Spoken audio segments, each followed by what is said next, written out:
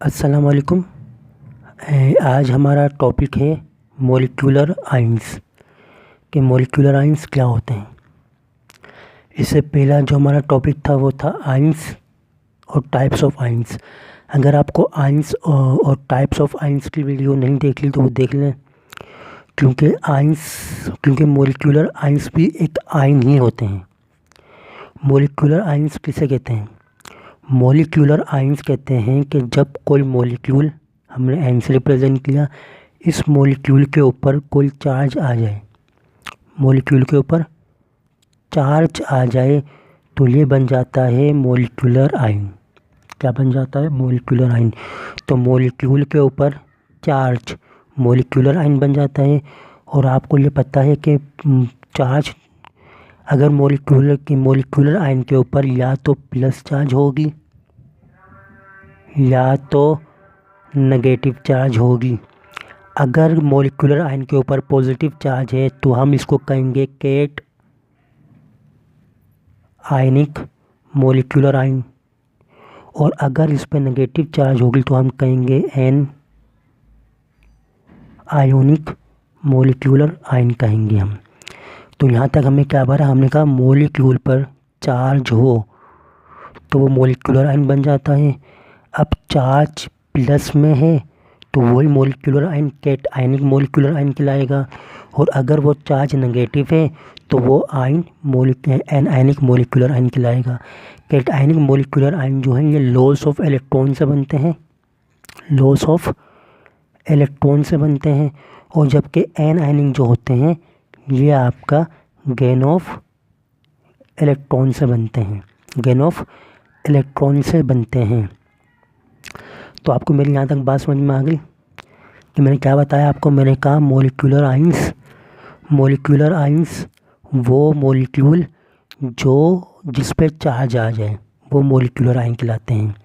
अगर molecular ion पर plus charge है तो वो कैट आयनिक मॉलिक्यूलर आयन कहलाते हैं, और अगर मॉलिक्यूलर आयन के ऊपर नेगेटिव चार्ज है तो वो एन आयनिक मॉलिक्यूलर आयन कहलाते हैं। फिर मैंने आपको बताया कि जो मॉलिक्यूलर आयन होते हैं हमारे पास,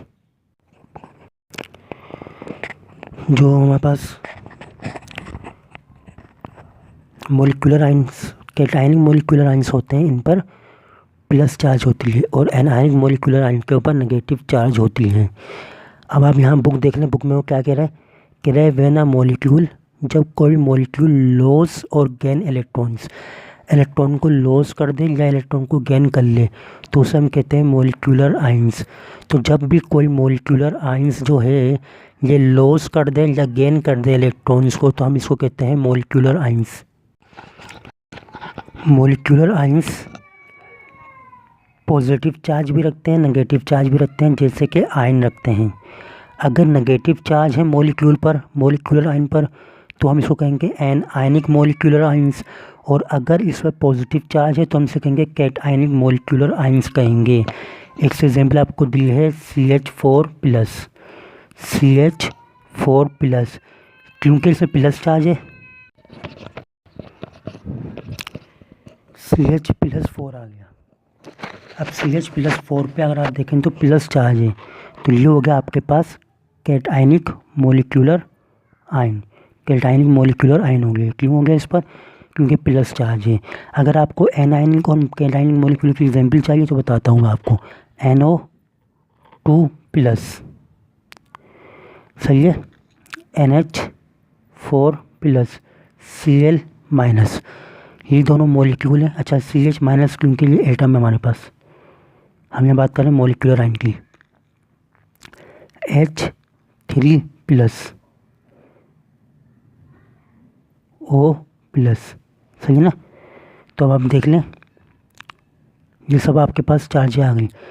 NO2+, HNO4+, H3O+, ये सब के सब आपके पास कैट आयनिक आ गए मॉलिक्यूल। एनायनिक की बात करें तो SO4-2, NO3-1, ये हमारे पास क्या आ गया? मॉलिक्यूलर आयन आ गया में O2-2, हमारे पास मॉलिक्यूलर आयन है। तो आप ही देख रहे हैं कि अगर माइनस चार्ज है तो हमारे पास ये कैटायन है, एनायनिक है, और अगर वो हैं तो मॉलिक्यूलर आयन। तो अब हम 2-3 बातें देख लेते हैं मॉलिक्यूलर आयन के बारे में। मॉलिक्यूलर आयन के बारे में पहली बात आप याद रखेंगे कि मॉलिक्यूलर आयन की जो लाइफ होती है वो बहुत शॉर्ट होती है, यानी कि ये शॉर्ट लिव्ड होते हैं। ये शॉर्ट, इनकी लाइफ क्या होती है, बहुत शॉर्ट होती है, समझे ना। दूसरा कि ये एग्जिस्ट करते हैं हाई टेम्परेचर पे। मॉलिक्यूलर आयन के लिए हाई टेम्परेचर का होना ज़रूरी है। मॉलिक्यूलर आयन के लिए हाई टेम्परेचर का होना ज़रूरी है। तीसरा हमारे पास क्या है कि इनकी रिएक्टिविटी बहुत ज़्यादा होती है। इनकी रिएक्टिविटी बहुत ज़्यादा होती है। फोर्थ ये कि कहा जाता है कि कैटायनिक मॉलिक्यूलर आयन जो होते हैं इनकी अपेंडेंस एनायनिक मॉलिक्यूलर आयन से ज़्यादा होती है। यानी कि जो कैटायनिक है प्लस वाले जो मॉलिक्यूलर आयन हैं ये ज़्यादा इनकी अपेंडेंस होती है, इनकी ज़्यादा हमें मिलते हैं एनायनिक मॉलिक्यूलर आयन से। तो मॉलिक्यूलर आयन के बारे में पहली बात कि शॉर्ट लाइफ होती है इनकी, हाई टेम्परेचर पे एग्जिस्ट करते हैं, हाई रिएक्टिव होते हैं ये, और कैटायनिक मॉलिक्यूलर आयन जो होते हैं ये ज़्यादा होते हैं एनायनिक मॉलिक्यूलर आयन से। तो अगर इनका मैं खुलासा कर दूं इस पूरे टॉपिक का, तो वो खुलासा क्या होगा, वो खुलासा ये होगा कि अगर मॉलिक्यूल पर चार्ज आ जाए तो वो मॉलिक्यूलर आयन बन जाते हैं। अगर मॉलिक्यूलर आयन पर प्लस चार्ज है तो ये कैटायनिक मॉलिक्यूलर आयन बन जाते हैं, और अगर मॉलिक्यूलर आयन पर नेगेटिव चार्ज है तो ये आपके पास एनायनिक मॉलिक्यूलर आयंस बन जाते हैं। कैटायनिक मॉलिक्यूलर आयंस जो हैं ये लॉस ऑफ इलेक्ट्रॉन से बनते हैं, और एनायनिक मॉलिक्यूलर आयंस जो हैं ये गेन ऑफ इलेक्ट्रॉन से बनते हैं। ठीक है, फिर आपको मैंने एग्जांपल दे दी थी कि CH4+ NO2+ और NH4+ ये हमारे पास कैटायनिक मॉलिक्यूलर आयन है। और मैंने कहा था कि आपके पास SO4-2 NO3-1 और O2-2 ये आपके पास एनायनिक मॉलिक्यूलर आयन है। फिर मैंने आपको 4 बातें बताई इसकी कि मॉलिक्यूलर आयन की जो है वो लाइफ बहुत शॉर्ट होती है, ये हाईली रिएक्टिव होते हैं, हाई टेम्परेचर पे एग्जिस्ट करते हैं, और इसमें कैटायनिक मॉलिक्यूलर आयन जो हैं ये ज़्यादा होते हैं एनायनिक मॉलिक्यूलर आयन से। इसमें एक और बात बता दूँ मैं आपको कि मॉलिक्यूलर आयंस जो होते हैं ये आयनिक बॉन्ड की फॉर्मेशन नहीं बनाते, यानी कि मॉलिक्यूलर आयंस जो हैं ये आयनिक बॉन्ड नहीं बनाते। ये भी आप बात याद रखिएगा। ये सब बातें हमने की मॉलिक्यूलर आयंस के बारे में, क्योंकि मॉलिक्यूलर आयंस को मैं इसलिए ज़्यादा एक्सप्लेन नहीं कर रहा क्योंकि मॉलिक्यूलर आयंस बिल्कुल आयंस जैसे हैं, जैसे कि आपके पास आयन पड़ा था। और आपको पता है मैंने आयन के ऊपर तकरीबन 21 मिनट की वीडियो बनाई है। तो 21 मिनट में मैंने आपको खाली आयन समझाया है। जो बातें हमने आयंस के बारे में कही हैं वो बातें हम मॉलिक्यूल्स के बारे में यहाँ कह रहे हैं, मॉलिक्यूलर आयंस के बारे में हम कहेंगे। तो मॉलिक्यूलर आयंस आपको मेरी बात समझ में आ गई। मॉलिक्यूलर आयंस क्या होते हैं, तो मॉलिक्यूलर आयंस आपको एक्सप्लेन मैंने कर दिया। फिर भी कोई सवाल हो तो आप मुझसे पूछ सकते हैं। अब हमारे पास आ गया फ्री रेडिकल। फ्री रेडिकल में कहते हैं हम कि कोई भी एटम या फिर ग्रुप ऑफ एटम, कोई भी एटम या फिर ग्रुप ऑफ एटम्स जब इसके पास अनपेयर इलेक्ट्रॉन हो, जब इसके पास अनपेयर इलेक्ट्रॉन हो, कौन से इलेक्ट्रॉन हो, अनपेयर इलेक्ट्रॉन हो, तो जब भी किसी एटम या ग्रुप ऑफ एटम के पास अनपेयर इलेक्ट्रॉन हो तो हम कहते हैं ये फ्री रेडिकल है। क्या कहते हैं हम इसको, कि ये फ्री रेडिकल हैं। यानी कि फ्री रेडिकल्स जो होते हैं आपके पास, फ्री रेडिकल जो होते हैं आपके पास ये बनते हैं अनपेयर इलेक्ट्रॉन से। किससे बनते हैं, अनपेयर इलेक्ट्रॉन से बनते हैं। और कुछ जगह कहा जाता है कि ऑड नंबर ऑफ इलेक्ट्रॉन्स का होना, दोनों बातें एक ही हैं। यानी कि फ्री रेडिकल्स को हम रेडिकल्स भी कहते हैं खाली।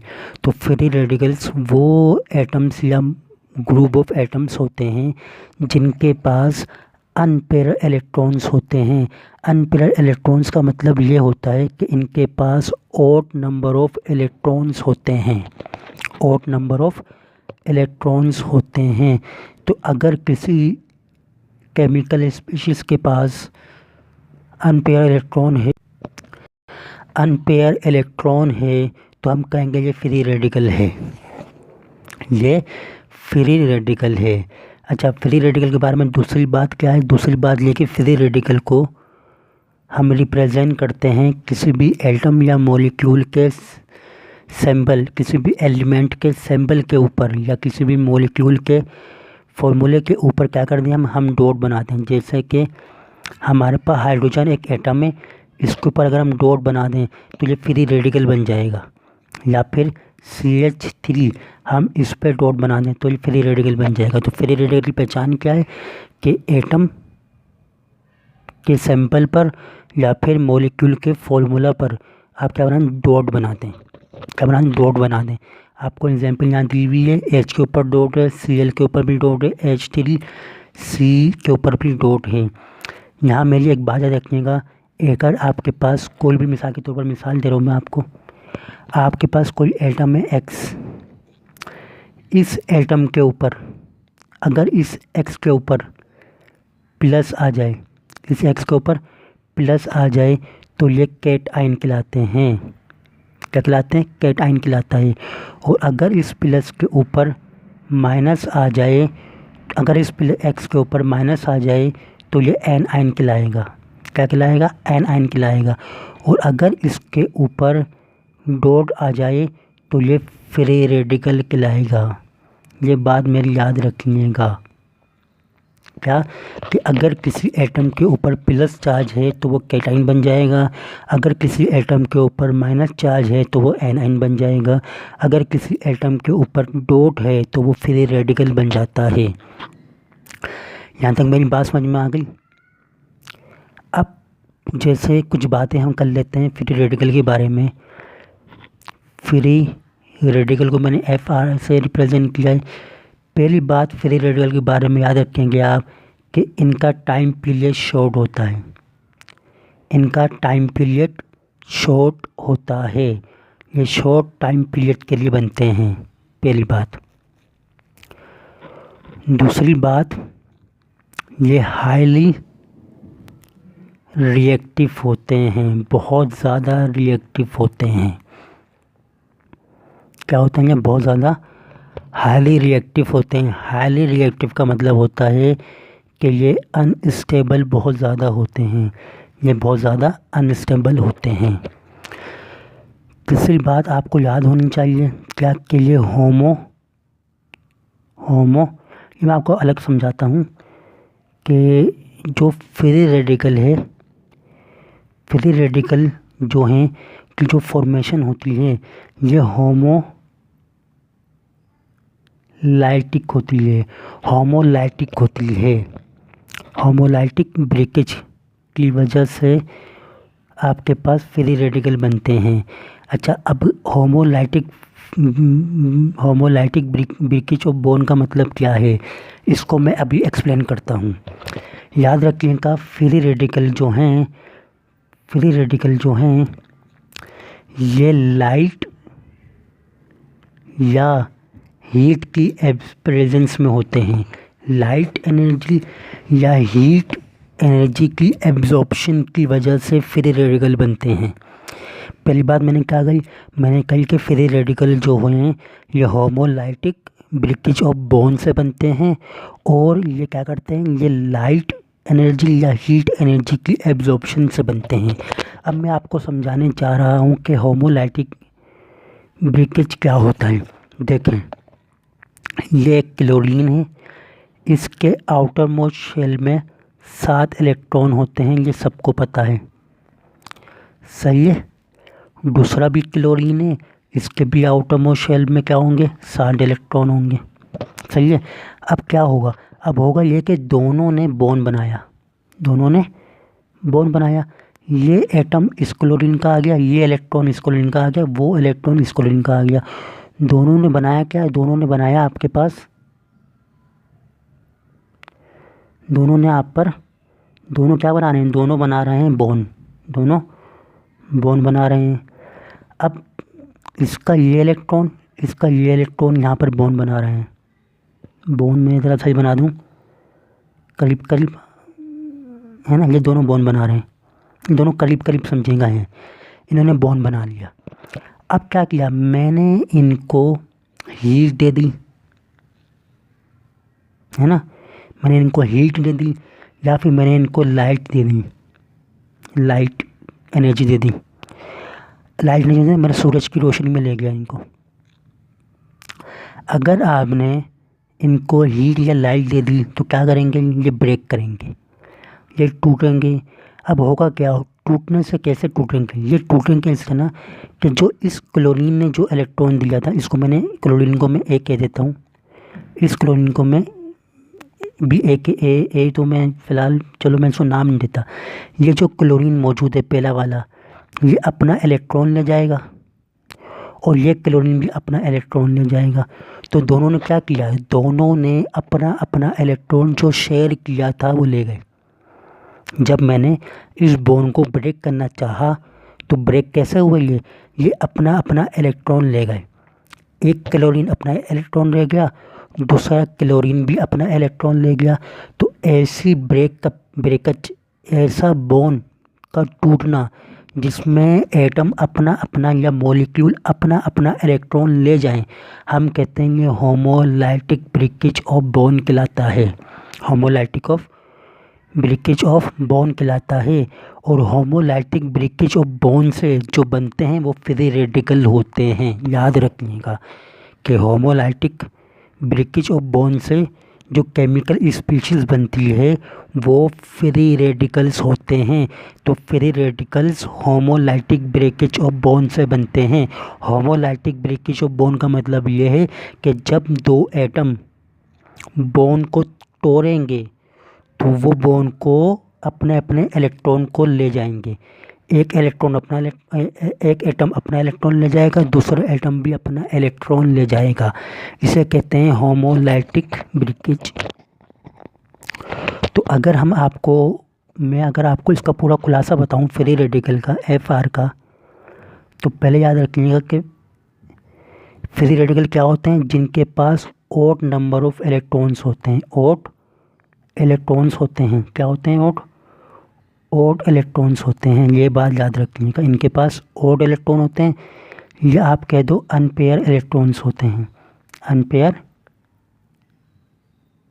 इलेक्ट्रॉन्स होते हैं। दूसरी बात आप क्या कहोगे कि ये होमोलाइटिक ब्रेकेज ऑफ बॉन्ड से बनते हैं। ये होमोलाइटिक ब्रेकेज ऑफ बॉन्ड से बनते हैं, ये भी याद रखेंगे आप। दूसरी बात जो मैंने आपको बताई, ब्रेकेज बॉन्ड ऑफ बॉन्ड से बनते हैं। तीसरी बात आप क्या कहेंगे कि इनका टाइम पीरियड बहुत शॉर्ट होता है। ये बहुत मुख्तसर टाइम के लिए बनते हैं, शॉर्ट टाइम पीरियड होता है इनका टाइम पीरियड बहुत शॉर्ट होता है। ये भी आप बताएंगे, ये भी आपको याद होना चाहिए। फोर्थ, ये हाईली रिएक्टिव होते हैं। ये क्या होते हैं, हाईली रिएक्टिव होते हैं। हाईली क्या होते हैं, रिएक्टिव, क्योंकि हाईली रिएक्टिव होते हैं ना, इसलिए इनका शॉर्ट पीरियड टाइम होता है। तीसरा, ये एब्जॉर्प्शन ऑफ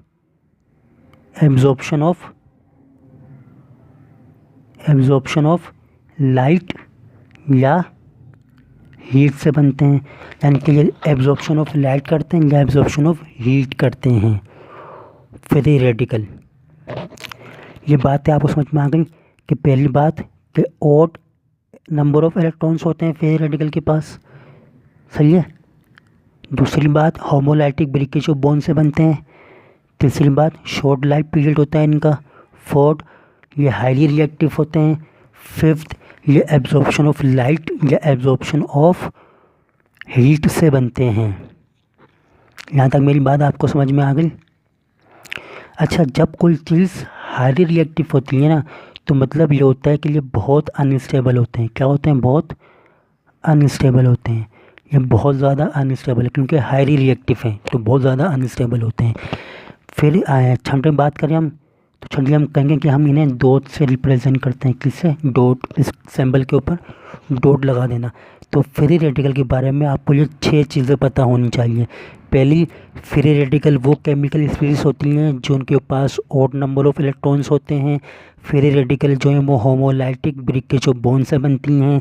फ्री रेडिकल्स का जो है टाइम पीरियड बहुत शॉर्ट होता है। फ्री रेडिकल्स जो होते हैं वो हाईली रिएक्टिव्स होते हैं। फ्री रेडिकल जो है वो एब्जॉर्प्शन ऑफ लाइट और एब्जॉर्प्शन ऑफ हीट से बनते हैं। फ्री रेडिकल को हम रिप्रेजेंट करते हैं इनके सिंबल या फॉर्मूले के ऊपर डॉट लगाने से। तो ये बात आपको मेरे ख्याल से समझ में आ गई होंगी। तो आप मेरी इन बातों को अपने जहन में रखें। कोई भी सवाल हो तो वह मुझसे पूछें, मैं आपको उसका जवाब दूंगा। और अगर मेरी वॉइस का मसला है तो वो बहुत जल्दी सॉल्व हो जाएगी। मेरे चैनल को सब्सक्राइब करना ना भूलिएगा। Thank you.